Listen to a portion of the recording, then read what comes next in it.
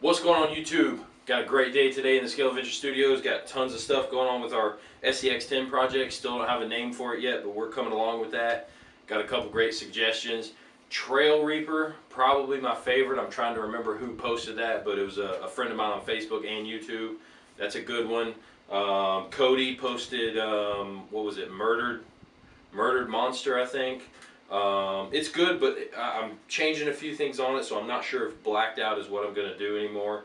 And then Paul Green, call it the Wraith.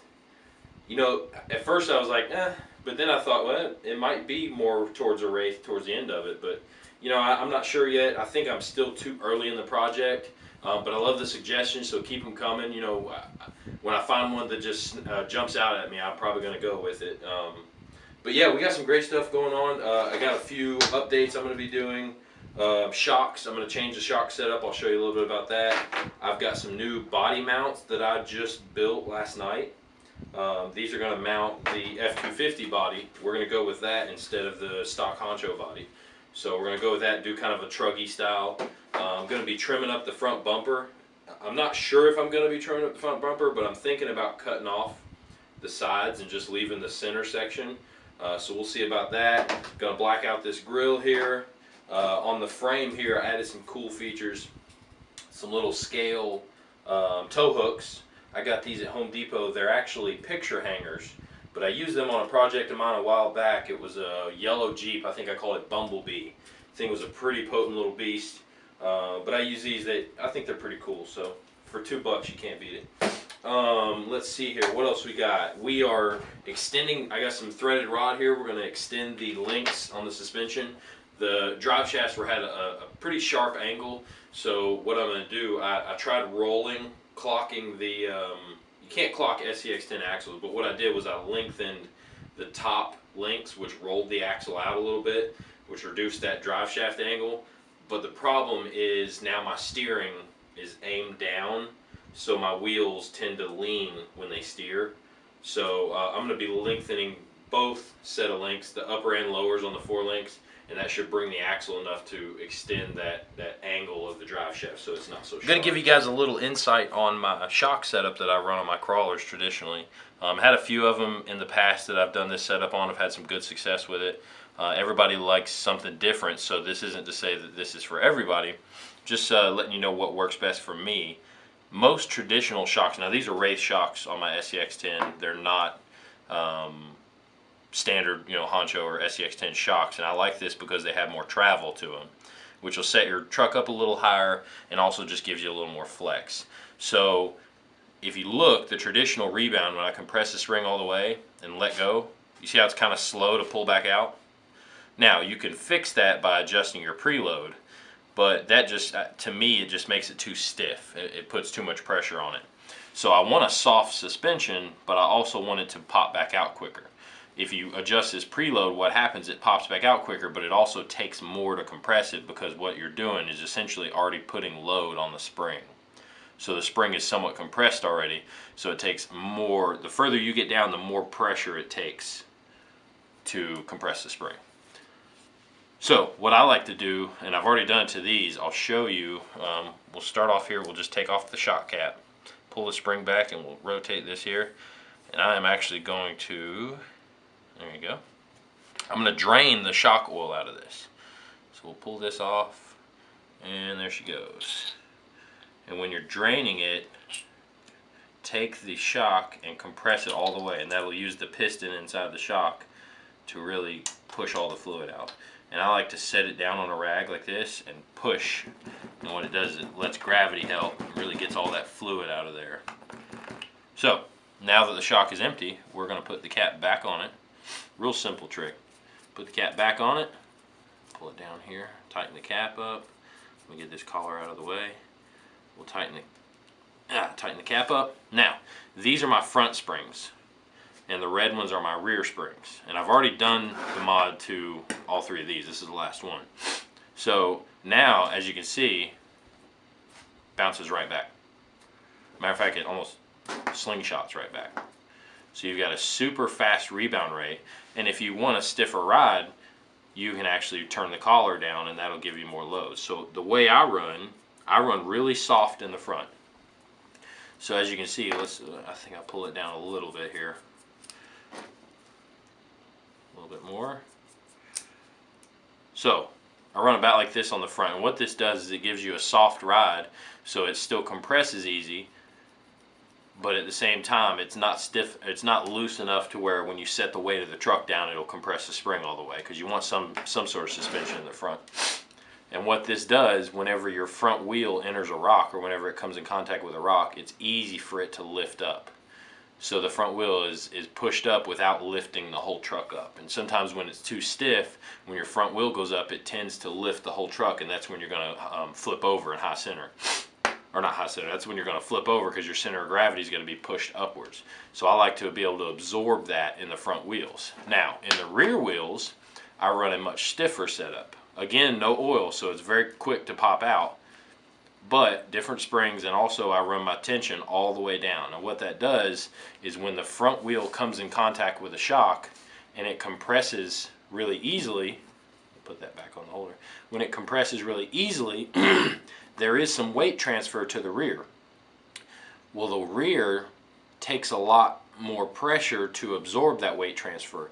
So what it does is it almost pushes back on the front, which keeps your center of gravity a lot more balanced. If the rear was able to absorb the shock, what would happen is the rear would sag, the front would lift up, and now you've got an off-center truck.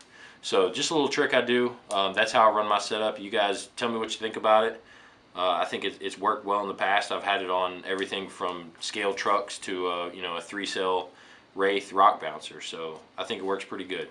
So that's my suspension setup. Give you guys a close-up here on the scale tow hooks. Like I said, it's just a simple little picture hanger that I got from I think I got these at Home Depot, and one little screw. I pre-drilled my hole because those screws are a pain to go through that bumper if you just try to sit there with a screwdriver. So I pre-drilled the hole, put the screw in, and it hangs. Nice little tow hook. It's not perfectly scale, but hey, they don't, you know, in this day and age you got to kind of make your own. So that's that. Pretty cool. Alright, on the bumper of this one, like I said, I'm not sure whether I'm going to trim these side panels off and just have the center section of the bumper. I really got to get the truck on there, or the body mounted, and see what it looks like. But either way, I'm probably going to be ditching these two lights. And I had an old Integy light bar that I wasn't using.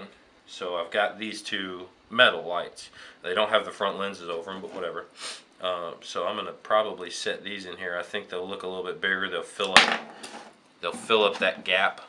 Set these in here. They'll fill up that gap a lot better. I don't know. I just like the metal look from behind, especially the chrome. So I'll probably be using those. So I decided to use this F250 body instead of the stock Honcho body, and to do that I've got to modify the body mounts. As you can see, this body actually attaches on the side. There's 2 bolts on each side, whereas the Honcho uses body pins. So to get that to work with my SCX10 chassis, I developed this here, just a simple piece of metal. I bent it and drilled holes, and it's going to mount using the transmission cross bracket, or the cross member for the transmission mounts. And it'll go in just like that, 2 on each side, and it's spaced out right to where I can bolt my body into this. And I'll just use a small fine thread with a nut on the back side to hold it. So that is how I'm going to mount my body and lift it up and give it the right spacing so that it'll fit on the SCX10 chassis. So here she is, guys, the new body. As you can see, I mounted the F250 body on the chassis. It's got a real clean look to it. I went ahead and painted it, keeping it simple. I did a 2-tone silver and black, added some flames on the hood. I'm a big fan of flames on cars, so I thought that fit really good with the look of it, just like a beast, real monster kind of look.